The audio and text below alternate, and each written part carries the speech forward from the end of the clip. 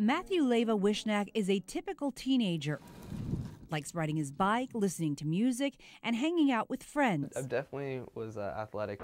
Captain of the San Rafael High School wrestling team, Matthew was practicing with his teammates. And then all of a sudden it just hit me. When something went terribly wrong. It's kind of everything turns sideways and then back up and then sideways. Yeah, I just got this profound sense of vertigo, like I was totally off balance, started vomiting convulsively.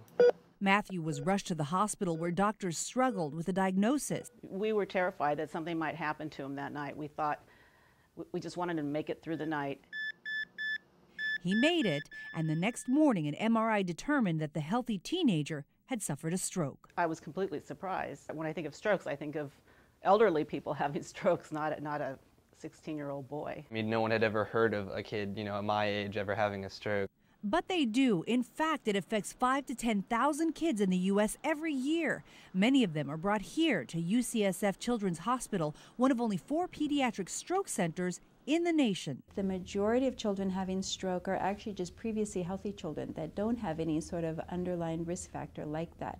Dr. Heather Fullerton says she's seeing more and more child stroke patients and says most children will survive, but not without intense rehabilitation. We often tell parents that it's going to be just like going back to that first year of life, which can be extraordinarily difficult and painful for families to watch. The stroke left the star athlete unable to walk, but Matthew was determined to overcome it. Walking from one room to the other is how it started. Each day he'd try to walk a little bit farther and then farther.